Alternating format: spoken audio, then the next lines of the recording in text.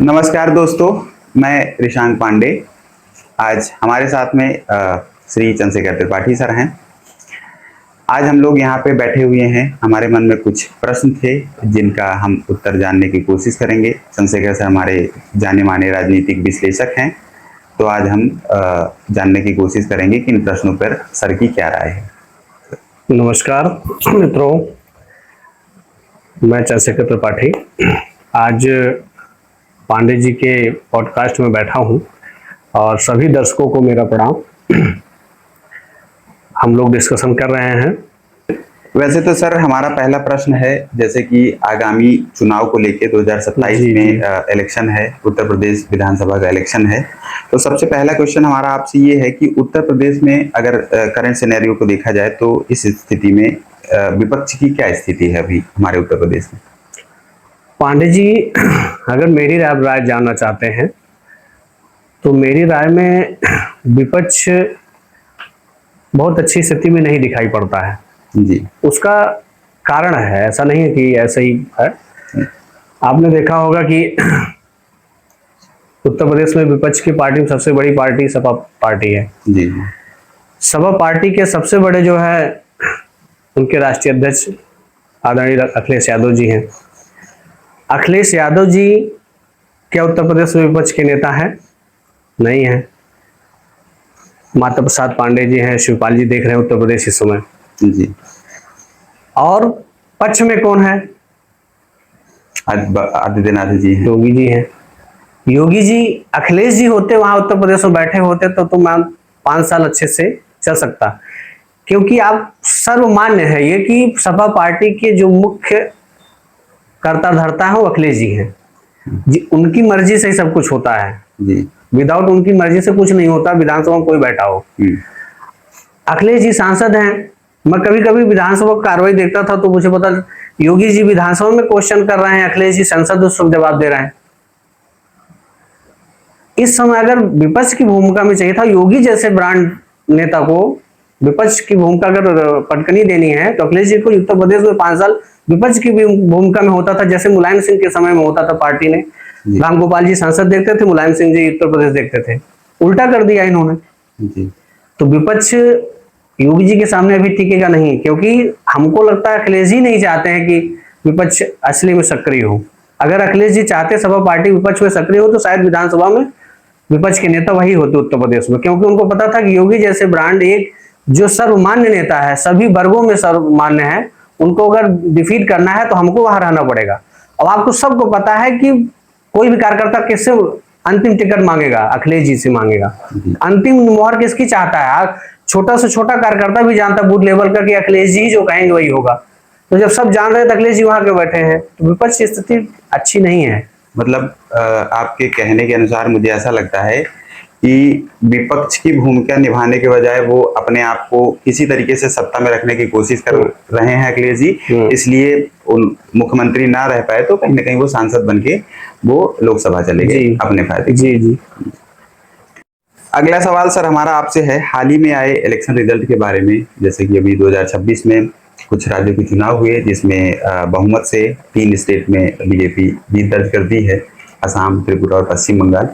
तो आपको क्या लगता है कि इस रिजल्ट के क्या मायने हैं और आने वाले समय में जो आगामी विधानसभा चुनाव है उत्तर प्रदेश का, उस पर क्या असर डालेगा ये? पांडे जी, इसमें सबसे इंटरेस्टिंग चुनाव जो था पश्चिम बंगाल का था जी। क्यों था कि इसमें वोट तो पश्चिम बंगाल की जनता दे रही थी, लेकिन रिजल्ट पूरा देश देख रहा था जी। बिल्कुल, कि रिजल्ट क्या आता है इसका। और चूंकि ममता सरकार ने इतने वर्षों से वहां पे अत्याचार, हिंसा, ठीक है, सांप्रदायिकता का सहारा लिया, महिलाओं पे इतना अत्याचार किया, उन्हीं की प्रदेश की महिलाओं की उत्पीड़न किया गया। अभी आपने देखा जो है आए दिन खबरें आती रहती, आए दिन आती थी। पिछले चुनाव में डर का माहौल था, कितनी हिंसा, कितने लोग मर गए। इसी का असर था कि ममता जी चली गई, क्योंकि किसी वहां के जनता को कभी राशन मिला हो ना मिला हो, सुविधाएं मिली हो, लेकिन अगर जो जनता होती है अगर वो देखती है कि हमारे देश के खिलाफ जा रहा है अब मैटर, तो वो तुरंत सत्ता बदलती है और उसमें सभी वर्गों का साथ मिलता है। तो पश्चिम बंगाल में हुआ है और यही रिजल्ट जो है उत्तर प्रदेश में भी आपको दिखाई देने वाला है, क्योंकि आप यहाँ तो योगी जी हैं, योगी जी सर आपने देखा होगा कानून व्यवस्था पहले कैसे थी, आज कैसे थी, बहुत अच्छी है कानून व्यवस्था थी। इसके विपक्ष में अखिलेश जी की भी छवि बहुत खराब नहीं, अच्छी है, लेकिन अखिलेश जी चूंकि विपक्ष के नेता नहीं है, विपक्ष में सदन में नहीं है, और वो पता नहीं क्यों नहीं है, उनका क्या पार्टी का डिसीजन रहा होगा, उनका मैटर है, लेकिन मेरी राय में तो उनको 5 साल विपक्ष में ही यहाँ रहना चाहिए था। जी ठीक। तो सर हमारे मन में एक प्रश्न और है जो कि मैं आपसे जानना चाहता हूँ कि जैसे आगामी चुनाव 2027 में विधानसभा का है उत्तर प्रदेश में, तो आपको क्या लगता है कि योगी जी हैं और अखिलेश जी हैं, इन दोनों के बीच में कुछ ऐसा है, या फिर आपको क्या लगता है कि आने वाले चुनाव में खाली यही दो पार्टियों के बीच में टक्कर रहेगी, या फिर मायावती जी का भी कुछ इस चुनाव में महत्व रहेगा, या फिर कुछ भूमिका उनकी भी रहेगी? नहीं, देखिए मेनली तो यही दोनों हैं, कुछ परसेंटेज मायावती जी का हो सकता है, लेकिन चूंकि मायावती जी का इस समय संगठन पार्टी का जो पहले हुआ करता था, अभी वो संगठन नहीं है, और एक प्रकार से देखा जाए मायावती जी ने विपक्ष की भूमिका उत्तर प्रदेश में एक्चुअल नहीं निभाई है, लगभग नहीं निभाई है। सिर्फ पार्टी है, गाइडलाइन है, तो बोलना है, सब करना है, सेंट्रल बोलना वो अलग विषय है। कुछ वोट बैंक्स है वो तो उन्हीं के कहने पे चलते हैं, आंकड़े तो उनके रहे उनका, लेकिन रहेगा कुछ इफेक्ट तो उनका रहता ही है, वो रहेगा भी। और मायावती जी के ऊपर अभी वर्तमान समय में देखा जाए कोई ऐसा आरोप भी नहीं लगा है, ठीक है, इधर 15-10 सालों में कि जनता उनसे नाराज हो, ऐसा कुछ नहीं है। तो उनकी जो व्यक्तिगत छवि है उसके आधार पे उनको वोट मिलेंगे, लेकिन उनका भी तो वोट बैंक बढ़ता दिख रहा है, जैसे कि चंद्रशेखर रावण कुछ नहीं कर पाएंगे उसको। मायावती जी आज भी, चूंकि चंद्रशेखर रावण और मायावती जी की पर्सनालिटी अलग अलग दोनों में है। मायावती जी की पर्सनालिटी थोड़ा सा है कि सबको लेके चलने की है, उनकी पर्सनालिटी बन चुकी है। तो रावण जी की अभी तो है उनके ऊपर सांप्रदायिकता का, जातिवाद का, और अभी चूंकि राजनीति के अभी वो सीख रहे हैं, एक प्रकार से सांसद बन जाना एक दोनों चीजें अलग विषय है। उनके राजनीति में विदेश ज्यादा है, भेड़ा ज्यादा है, तो आप जानते हैं ऐसी जनता बहुत दिन तक नहीं चलता, हटा दी जाती।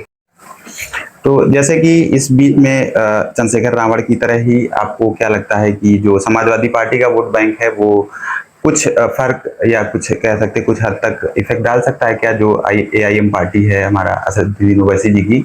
AIM का इफेक्ट तो देखिए एक प्रकार से पहले नहीं था, लेकिन अभी मैं देख रहा हूँ कुछ तो कुछ बढ़ रहा है। सीटें नहीं जीत रहे हैं, भी हमने देखा, हाँ सीटें नहीं जीत रहे हैं, लेकिन कुछ जनता अब जो है, हमारे भी 2 एक मित्र हैं, उन्होंने कहा कि अब हम देखेंगे AIM देखेंगे, कुछ ऐसे हमारे वर्ग विशेष से हैं, बहुत अच्छे मित्रों में से लोग हैं। सीट नहीं रहेगा, लेकिन कुछ जा सकता है, ऐसा कुछ नहीं सकता, तो हमको लगता है। लेकिन हमें देखिए क्या है, हमारे देश में राजनीतिक जितने भी लोग हैं वो जब तक सभी को लेके नहीं चलेंगे तभी तक कोई सरकार को बना नहीं पाता है। कोई भी वर्ग विशेष बनाते रहो, चलते रहो। आप 1-2 सांसद 4 से जीत के सत्ता का लाभ तो पा सकते हो, मंत्री बन सकते हो, लेकिन ये कहीं भी सर्वमान्य नेता हो जाइए, सत्ता में आप नहीं आ सकते, सर्वमान्य नेता नहीं बन सकते हो जब तक सभी देश के सभी नागरिकों को लेकर, सभी प्रदेश के सभी वर्गों को लेकर नहीं चलेंगे आप। और ये राजनीति बहुत जरूरी है देश की एकता के लिए। आज का हमारा आखिरी सवाल है सर आपसे कि हाल ही में पश्चिम बंगाल में नई सरकार बनी है।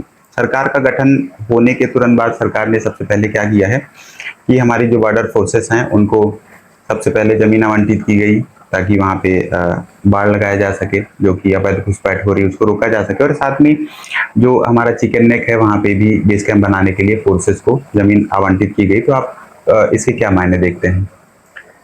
इस पे देखिए सौभाग्य है शुभेंदु जी का कि जो उनको सौभाग्य है, उनको ये कार्य करने का मौका मिला, बहुत भाग्यशाली हम मानेंगे उनको, क्योंकि इस 2 निर्णय से देश सुरक्षित हुआ है।